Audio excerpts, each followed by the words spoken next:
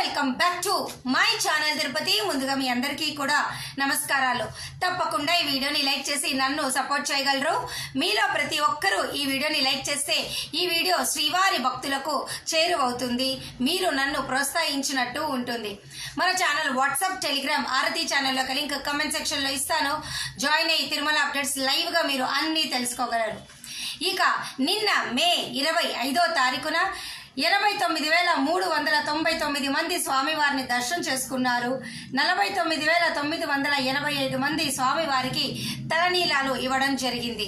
అలాగే స్వామివారి హుండీ కానుకలు 4,92,00,000 ఇది నిన్నటి దర్శన సమయం.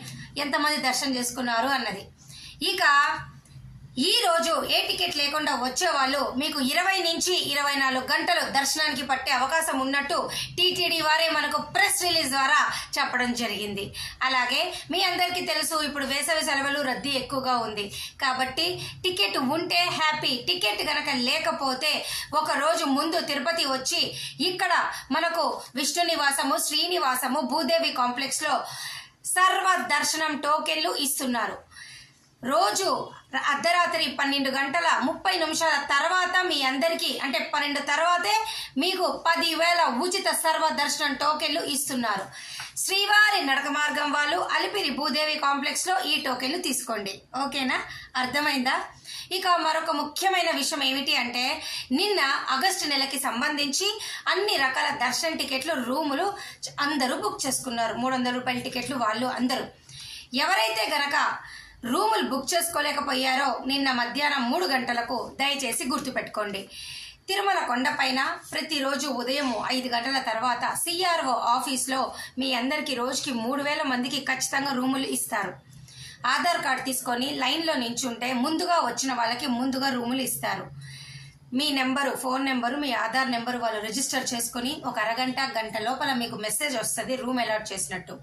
కాకపోతే ఇక్కడ మీరు గుర్తుపెట్టుకోవాల్సింది ఏంటంటే, ముందుగా వచ్చిన వాళ్ళకి ముందుగా రూములు ఇస్తారు. ఓకేనా?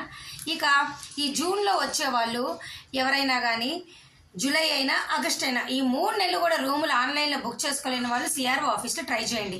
అక్కడ కూడా లేకపోతే మనకు లాకర్స్ ఉన్నాయి. రోజుకి 8,000 మందికి లాకర్లు ఇస్తారు. పిఎస్సి 1, 2, 3, 5, పద్మనాభ నిలయం ఇట్లా.